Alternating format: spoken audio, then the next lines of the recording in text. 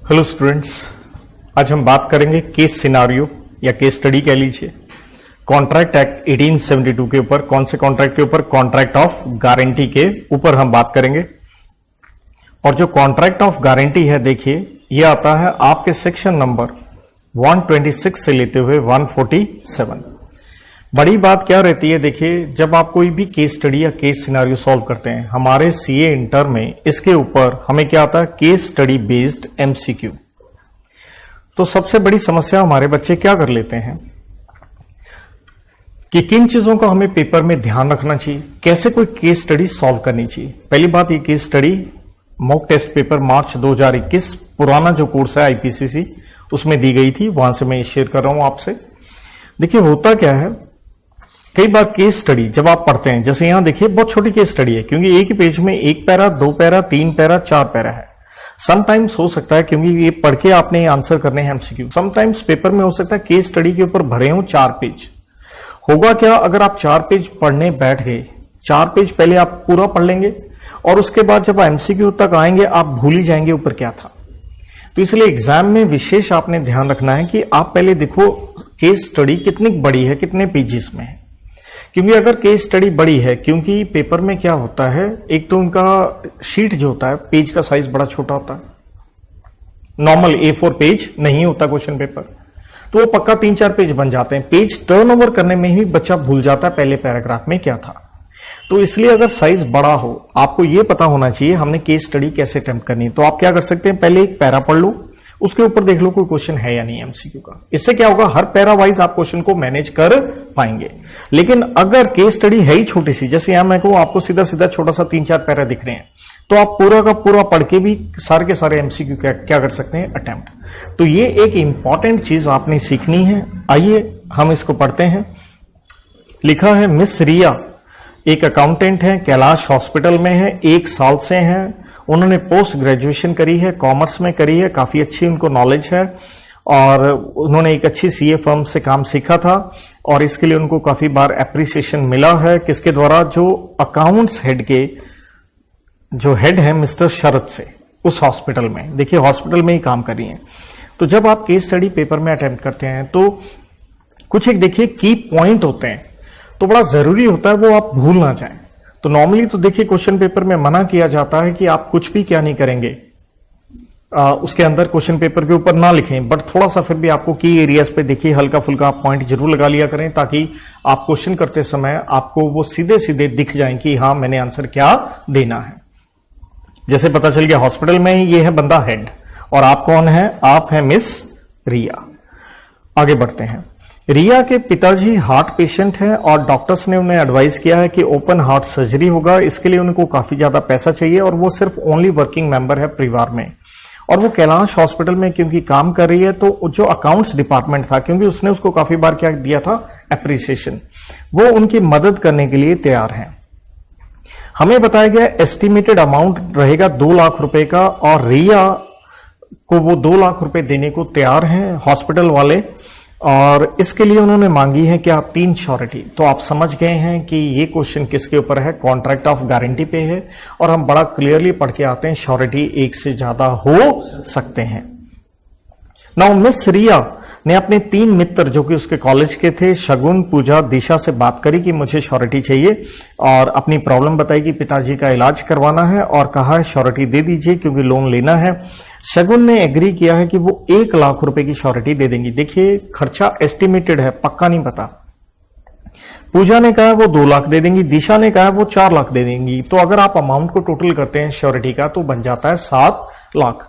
और तीनों ने एक क्या किया है, एक डिफरेंट सम यहां पे बताया है कि वो इतना इतना पैसा देने के लिए तैयार हैं। तो एज ए स्टूडेंट आपको पता होना चाहिए वो श्योरिटीज की लायबिलिटी के ऊपर बेसिकली आप 2 सेक्शन पढ़ते हैं। एक पढ़ते हैं 146, जहां हम कहते हैं उनकी लायबिलिटी हमेशा इक्वल रेशियो में होगी जब तक कुछ अलग ना लिखा हो। लेकिन 147 साफ कहता है कि अगर कोई श्योरिटीज लायबल हैं किसमें, डिफरेंट सम्स में, अगर उनका अमाउंट अलग अलग है, जो कि आप इस पैराग्राफ में देख रहे हैं, 1 लाख, 2 लाख, 4 लाख है। लेकिन हमने वहां ये पढ़ते हैं 147 में कि उनकी लायबिलिटी जो रहेगी इक्वल रेशियो में ही रहेगी जहां तक उनकी मैक्सिमम क्या लगती है, लिमिट। तो एक चीज आपको क्लियर होनी चाहिए एज ए स्टूडेंट की अगर मेरे को एमसीक्यू में कोई क्वेश्चन आएगा पक्का वो किस पे पूछेगा, 147 पे ही बनता है। तो ये आपके जहन में याद आना चाहिए। और यहां पे रिया ने ये भी एग्री किया है शरद जी से कि वो जो लोन लेंगी 6% ब्याज पे लेंगी और 6 महीने बाद रुपए लौटा दिए जाएंगे। इस तरह से ये कॉन्ट्रैक्ट अब पार्टीज में हो जाता है। That means contract of guarantee भी हो गया। ऑपरेशन होता है, लेकिन जो फाइनल बिल है वो अमाउंट उसका डिफरेंट हो गया, क्योंकि एस्टिमेशन 2 लाख का था, जबकि बिल कितने में सेटल हुआ है? 3 लाख में। अब रिया ने शरद जी से कांटेक्ट किया कि कहा कि मेरे को और पैसों की जरूरत है, क्योंकि बात पहले 2 लाख की थी, अब हमें और कितना चाहिए? 1 लाख रुपया और चाहिए, क्योंकि बिल कितने का बना है? 3 लाख का बना है। शरद ने उसकी सिचुएशन देखी और एक्सटेंड कर दिया क्रेडिट लिमिट कितने के लिए? 3 लाख। और इसके लिए बना लिया एक fresh contract with the existence of same sureties.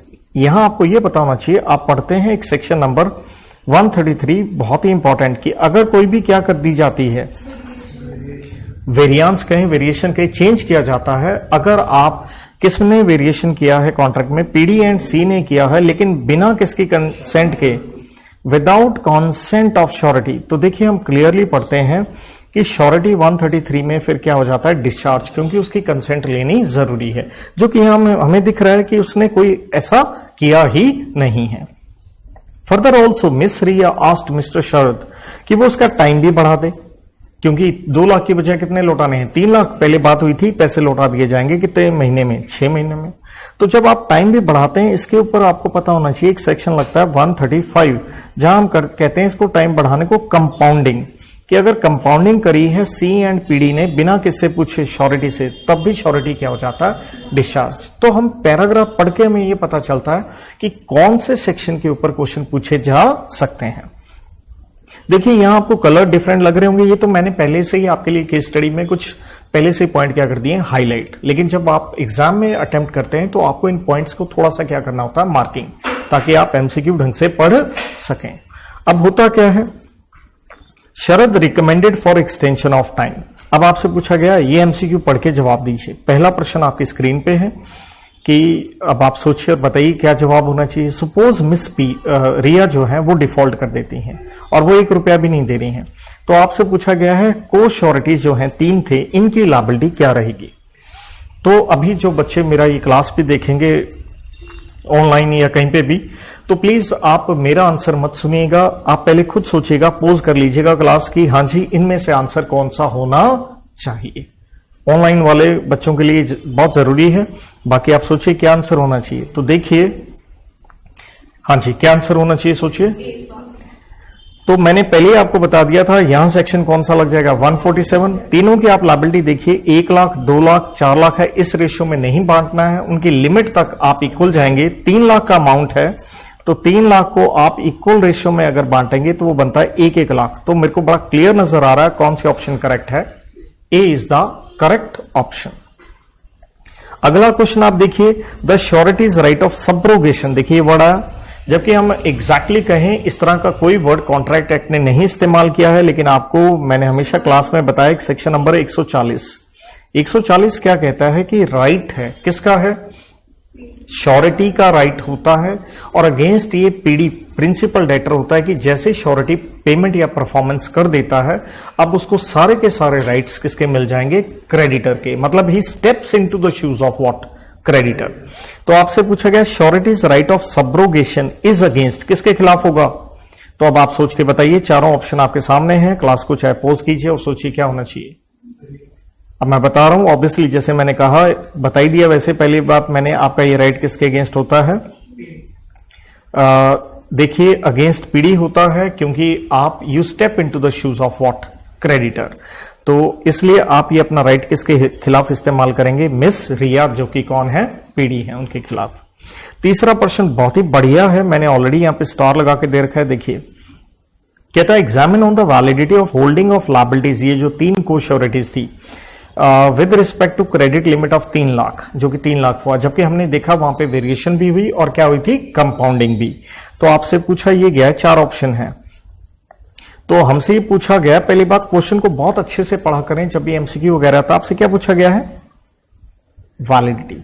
तो दैट मीन्स हमें सीधा सीधा नहीं पता चला किसकी वैलिडिटी वो पूछ रहा है। माना 3 लाख का लोन है, तो हमें यहां चारों ऑप्शन ढंग से पढ़नी चाहिए। पहली ऑप्शन क्या दिखती है आपको?